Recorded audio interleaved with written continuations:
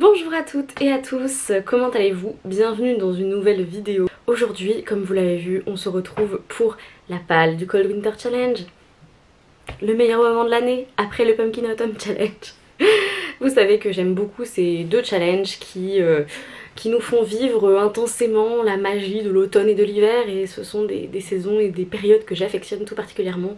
Donc j'ai bien hâte de faire cette petite palle, même s'il fait très moche et que la lumière est toute jaune du coup, puisqu'il n'y a pas de soleil en Normandie. Donc voilà. Petite complication aussi, je n'ai pas... On voit les livres. Je n'ai pas mon trépied, ce genre de choses, c'est fantastique. Et j'ai mes livres sur moi, donc c'est extraordinaire. Cette vidéo va être très compliquée à tourner. Donc, le Cold Winter Challenge est un challenge qui existe depuis très longtemps, qui a été d'abord géré par Antonine, ensuite par Margot Liseuse, maintenant par Laure de l'Enluminé, et c'est du 1er décembre au 28 février. Voilà, donc les 3 mois que je considère être l'hiver, tout simplement. Et donc il y a certaines sous-catégories pour lesquelles je n'ai pas encore de livres, mais je sais qu'au fur et à mesure de la saison ça va venir. Là j'ai vraiment essayé de mettre des livres de ma palle dans toutes ces catégories, même si je sais que je vais en ajouter au fur et à mesure du challenge. Il va y avoir des achats, des cadeaux, ce genre de choses, donc je ne fais pas trop de soucis là-dessus, on va dire. Sur le fait que je n'aime pas ma palle. Premier menu, magie de Noël. On a All I Want for Christmas qui est romance, amitié de Noël, de l'Avent, etc. Pour l'instant je n'ai encore rien dans cette catégorie. Lettre au Père Noël, épistolaire, enfance, jeunesse. Pour cette sous-catégorie j'ai décidé de mettre À la croisée des mondes, donc en anglais His Dark Materials, de Philip Pullman, parce que ça fait des années que je dis que je vais continuer cette trilogie, puisque j'avais lu le tome 1 je crois en 2017. Donc je vais recommencer, je vais relire le tome 1 et ensuite enchaîner avec le tome 2, le tome 3. Je pense que je vais me faire ça pendant les vacances de Noël, ce sera parfait, et c'est vraiment une trilogie que j'ai envie de lire depuis des années et que je n'ai toujours pas lu en fait. J'ai fait une si grosse pause que là je ne sais plus rien à part le Linkibit sur cette trilogie. Et j'ai bien envie d'avoir la magnifique version qui a été publiée, je sais plus, je crois que c'est Everyman's Library. Danse de la fée dragée, fée onirique et fantasy. Qu'est-ce que j'ai mis pour ça? Ah oui! Pour ça, je me suis inspirée de la palle de l'Enluminé directement, je crois, en mettant l'arpenteuse de rêve d'Estelle Faye, puisque au salon des Imaginales, j'ai vu Estelle Faye, je lui ai pris une de ses dernières parutions qui est l'arpenteuse de rêve, et donc dedans, effectivement, comme le titre l'indique, il va y avoir une dimension onirique, parce qu'il y a des rêves, et il y a des gens qui marchent dans les rêves, je crois. Le bouquin est resté à Lille, donc je ne peux pas relire le synopsis et je ne peux pas vous en parler très bien, mais on va suivre, je pense, une jeune femme qui, je crois que sa sœur est décédée à cause justement de cette magie qui leur permet d'arpenter les rêves, et un fait va le faire qu'il va falloir qu'elle se remette à utiliser son pouvoir. Ensuite on passe au menu cocooning hivernal avec marron glacé, feel good, gourmandise. Pareil, pour l'instant je n'ai pas encore mis exactement quelque chose dedans. Ah non, je sais ce que je vais mettre. J'ai mis le livre du Hugo Mieux vivre, la méthode danoise, parce que je l'ai emprunté à une amie et je me suis dit que ça a collé parfaitement avec cette espèce d'esprit feel good. Ça faisait des années que je voulais le lire, et quand c'était vraiment comment dire, à la mode, je l'ai pas lu, et maintenant je me dis ah, j'ai quand même bien envie de voir ce que ça raconte, donc voilà. Ensuite, bonhomme en pain d'épices, tolérance LGBTQIA+. J'ai mis A Pink Story de Kate Charlesworth, qui je crois voilà parle de 1950 à nos jours, en fait, l'éducation, la naissance de Kate Charlesworth. A Pink Story retrace l'histoire fascinante de la manière dont la Grande-Bretagne d'après-guerre est passée d'un pays hostile envers les invertis, avec des guillemets évidemment, à l'univers LGBTQIA+ actuel. Kate confronte les enjeux et les défis politiques de l'époque à son expérience personnelle et intime. Donc Kate Charlesworth, qui est née en 1950 dans le Yorkshire. Donc effectivement je pense que les choses ont quand même pas mal évolué, et puis que voilà, ça va être assez intéressant. Je crois l'avoir avoir vu passer sur les réseaux, je ne sais plus chez qui, mais en tout cas ça m'intéressait énormément. Les planches sont absolument sublimes et très colorées. Je pense que ça va nous faire un point à la fois sur l'histoire personnelle de Kate, mais aussi sur l'histoire tout court, donc je suis là pour ça, donc voilà. Qui est un anglicisme pour I'm here for it, qui n'a aucun sens en français. Ensuite, pour vitrine de Noël, c'est BD, roman graphique, tout ce qui est illustré, etc. Et pour ça, j'ai demandé à Noël la BD sur la baleine blanche des mers mortes, je crois que c'est ça, de Bois Commun et Aurélie Wellenstein en fait, qui est une espèce de séquel ou préquel de Mers morte d'Aurélie Wellenstein, et j'ai super hâte de la voir. Souvent pour Noël je commande tout ce qui est BD, roman graphique, parce que c'est assez cher, donc voilà, c'est plus facile de les avoir à ce moment là de l'année plutôt que de me les acheter moi-même en tant qu'étudiante, donc j'ai hyper hâte de le lire. Et je pense qu'il correspondra parfaitement à cette sous-catégorie. Mon menu préféré, évidemment, c'est Hiver sombre, où j'ai même plusieurs livres par catégorie parce que j'adore l'hiver sombre. Scrooge, anti-héros, conflit, mensonge. J'avais mis The Burning God de R.F. Kuang, qui est le dernier opus de la trilogie de Poppy War, que j'avais commencé au mois de février ou mars et que j'ai absolument adoré. Donc j'ai lu les 2 premiers tomes, j'ai lu la novella entre deux, et maintenant il me reste ce tome 3 qui est un énorme bébé. Mais effectivement, quand on parle de conflit, d'anti-héros, de mensonges, je pense que Rin, Neja par exemple sont absolument des anti-héros et anti-héroïnes, et conflit, mensonge, énormément de conflits, énormément de mensonges dans ce monde qui est à feu et à sang, hein, très clairement. Donc très hâte de le lire, et en même temps pas hâte du tout parce que ça veut dire que c'est la fin de la trilogie et j'ai pas envie de quitter ces personnages que j'adore absolument, donc...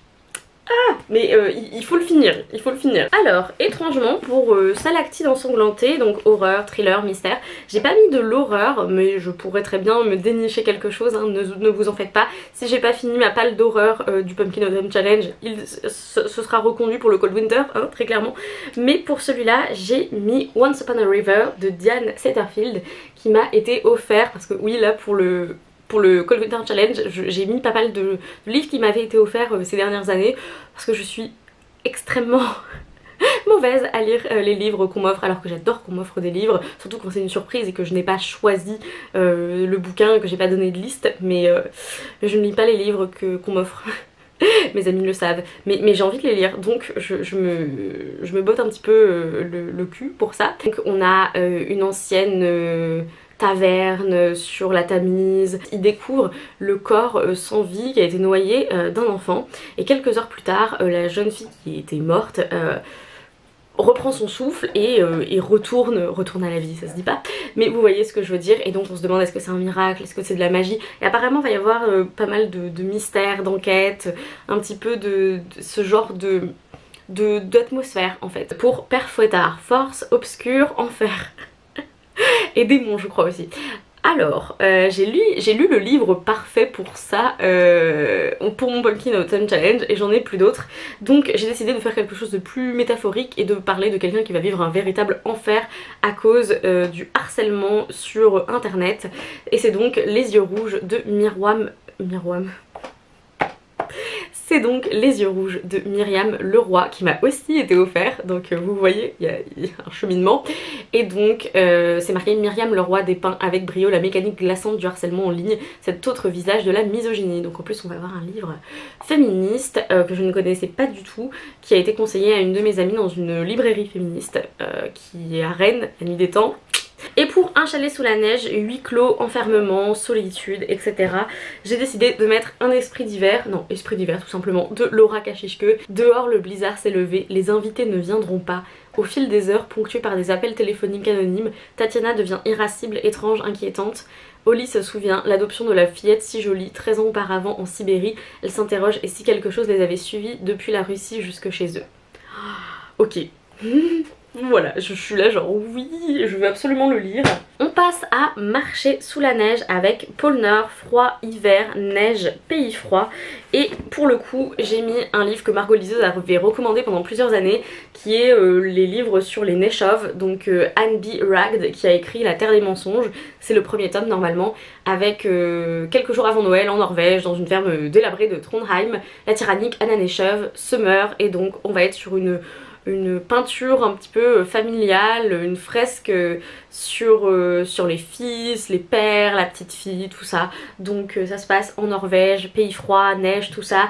Ça fait très très hiver cette couverture, je me suis dit que ça correspondait très très bien. Ensuite, Pôle Sud, Voyage, Cheminement personnel, un livre que j'avais hyper envie de lire il y a quelques années et là je l'ai trouvé en foire au livre et j'étais là en mode oui, je le veux absolument. C'est mon année de repos et de détente de Otessa Moshfegh. Ariel Bissett en avait énormément parlé il y a genre 5-6 ans parce qu'elle l'avait adoré et donc on a un roman un petit peu absurde je crois, avec une jeune belle riche fraîchement diplômée de l'université de Columbia, héroïne, qui décide de tout plaquer pour entamer une longue hibernation en s'assommant de somnifères, tandis que l'on passe de l'hilarité au rire jaune en découvrant les tribulations de cette Oblomov de la génération Y qui somnole d'un bout à l'autre du récit. La romancière s'attaque au travers de son temps avec une lucidité implacable et à sa manière méchamment drôle. Donc très très envie de le lire, je l'ai trouvé pour 1 euro. C'est quelqu'un qui a laissé un post-it en me disant cette dame, elle a l'air si perdue. Monique, Monve, juillet 2019, Le Havre. Énorme, j'adore. Forêt enneigée, animaux, écologie, nature writing. Je vous l'avais montré dans un des seuls vlogs que j'ai fait en 2021, en février. Vais-je enfin lire Ecotopia de Ernest Callenbach, puisque on est sur tout l'ouest des États-Unis, donc je crois que c'est Oregon, État de Washington et Californie, voilà ceux qui sont en vert, qui ont fait sécession et qui ont créé une écotopie, l'Ecotopia, où l'écologie est au centre de leur manière de vivre et on a un journaliste qui va venir investiguer tout ça et voir ce qui se passe vraiment dans ces 3 états qui sont coupés du reste des États-Unis et ça avait l'air assez sympa. Je crois que j'ai lu les 40 premières pages, mais autant ça avait l'air sympa dans la librairie quand je l'ai acheté, autant quand j'ai vu les critiques et quand on m'en a parlé en me disant oula j'ai pas du tout accroché, j'étais là donc on verra bien ce que ça donne. Et pour le dernier menu, on a Sorcellerie hivernale, donc Étoile des neiges, astronomie, science-fiction, astrologie.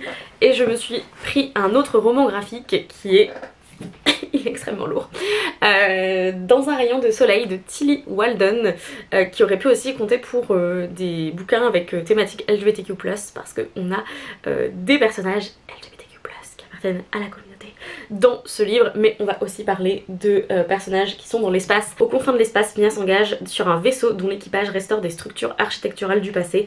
Alors qu'elle semble y trouver une nouvelle famille, ses souvenirs refont surface.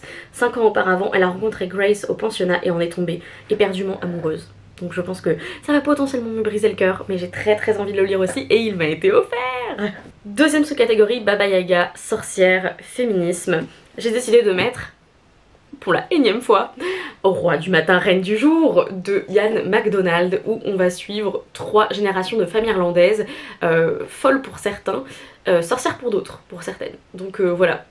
Et puis dernier c'est Yule, mythe, légende et conte, et pour celui-là j'ai choisi de lire un tout petit livre de Neil Gaiman qui est Odd et les géants de glace, donc de Neil Gaiman, qui est voilà, qui est écrit quand même super gros, que j'ai trouvé en foire au livre, qui m'a tapé dans l'œil. J'avais très très envie de me lancer sur de la mythologie un petit peu nordique. Écoutez, c'est tout pour cette vidéo, merci de l'avoir regardée. Merci d'avoir regardé cette palle légèrement fouillie, légèrement, un tout petit peu. Je suis assez excitée de tout ce que j'ai à lire pour le Cold Winter Challenge. Et puis on verra bien ce que ça donne. Dites-moi dans les commentaires si vous y participez, même si je sais qu'il y a énormément de personnes qui participent. Voilà, c'est un challenge assez populaire. Qu'est-ce que vous avez prévu de lire? Est-ce qu'il y a des livres qui vous trouvez qui rentrent parfaitement dans des catégories? N'hésitez pas à m'en parler parce que comme je l'ai dit, je ne pense pas que je vais pouvoir me retenir d'acheter 2-3 livres quand même pendant cette période. Donc voilà, potentiellement si vous avez la recommandation parfaite, je suis preneuse. C'est tout pour cette vidéo, merci de l'avoir regardée et en attendant une prochaine vidéo, lisez bien, amusez-vous avec vos lectures, prenez soin de vous, buvez du thé et puis ciao.